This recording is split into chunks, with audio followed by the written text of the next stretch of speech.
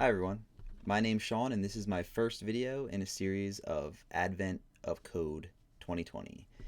If you're not familiar with what the Advent of Code is, uh, the Advent of Code is an advent calendar of small programming puzzles for a variety of skill sets and skill levels that can be solved in any programming language you like.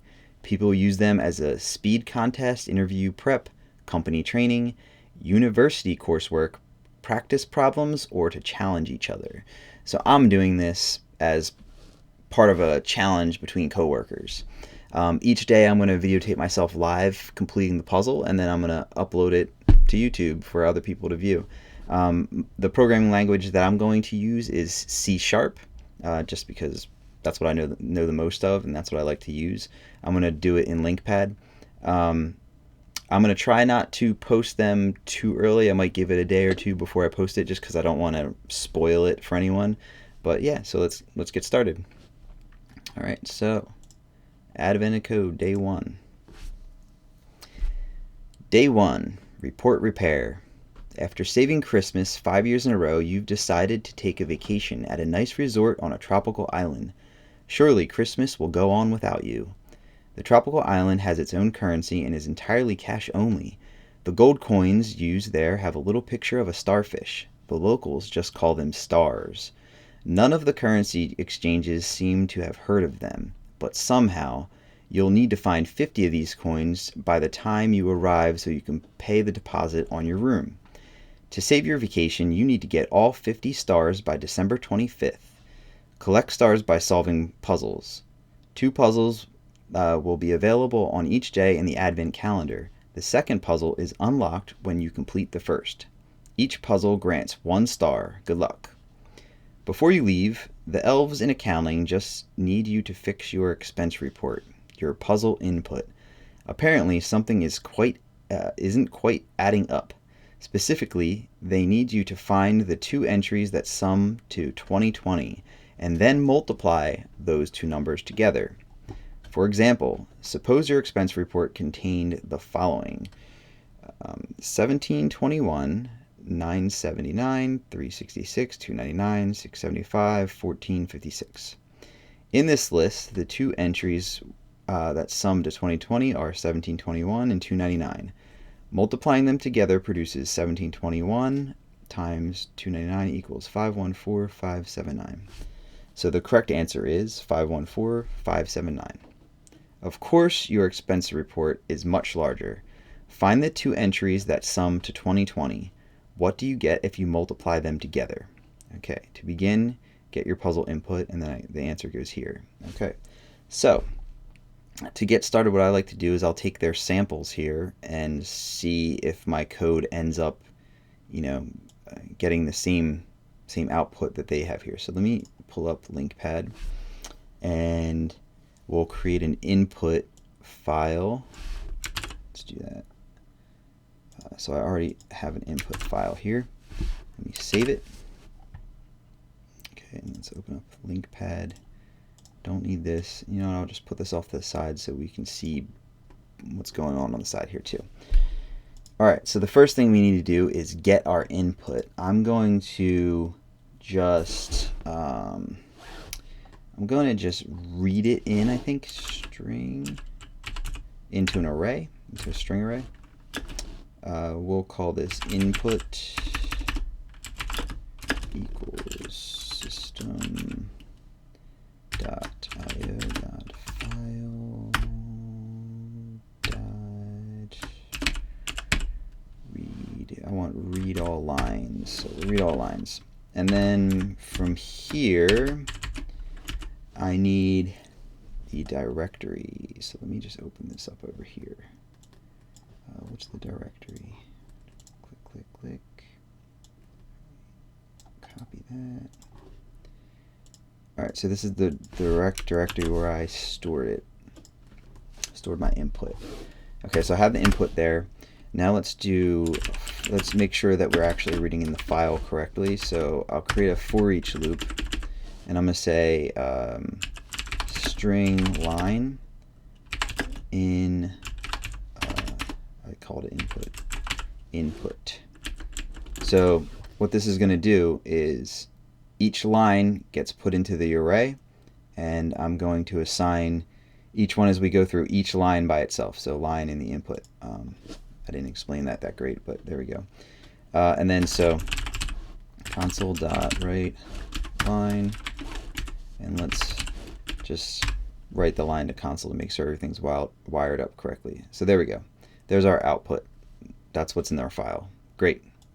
Now where do we go from here?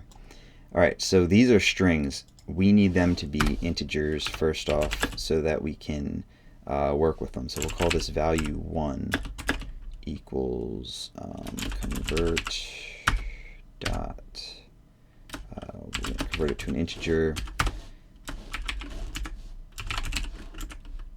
So we're converting it to an integer so we can actually like do some math with it, because you can't do any math with a string. All right.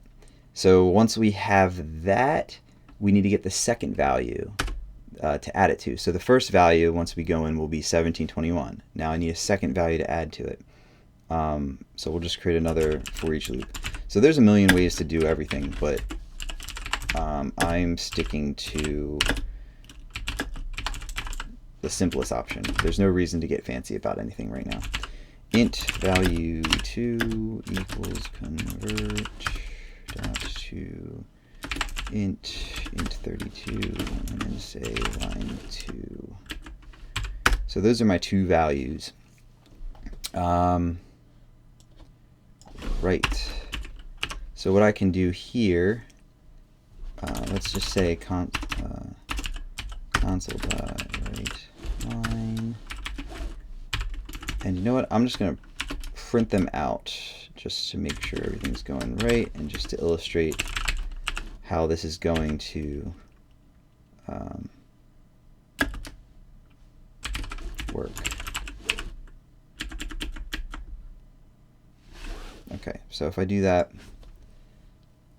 okay, so we can see the value 1 here, and it goes through all, so that's value 1, and it's going through all of them, which this will be a problem, right? Because it's duplicating the number. It's basically comparing it against itself. We don't want to do that.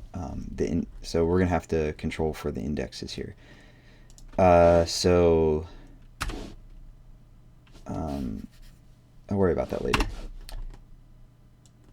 So what I'm going to do here is add them together. Let's just add them together. Let's say if value 1 plus value 2 equals 2020. So if it equals 2020, console dot write line